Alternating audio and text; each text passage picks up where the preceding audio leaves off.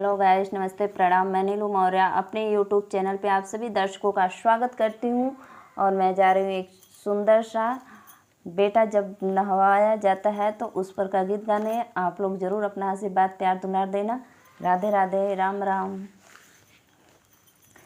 जल्दी जल्दी करा बेटा तहुआ स्नान जी, दुआरे पे मम्मी पापा साजैन बारात जी, दुआरे पे मम्मी पापा।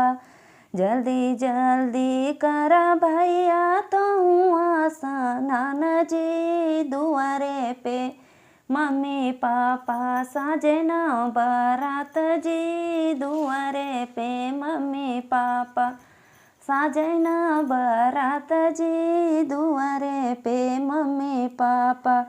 कैसे करी दीदी हमाया स्नान जी, हरदी लागल दैया छूटत न बाटे जी, हरदी लागल दैया छूटत न बाटे जी, हरदी लागल दैया।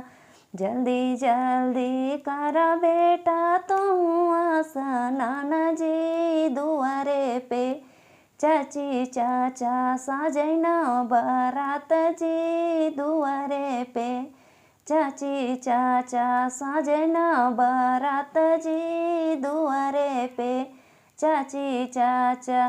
कैसे करी बुआ हमाया स्नान जी, हरदी लागल दैया छूटत न बाटे जी, हरदी लागल दैया छूटत न बाटे जी, हरदी लागल दैया।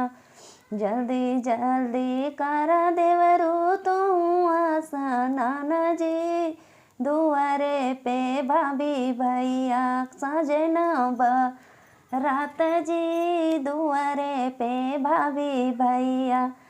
कैसे करी भाभी हमाया स्नान जी, हरदी लागल दैया छूटत न बाटे जी, हरदी लागल दैया।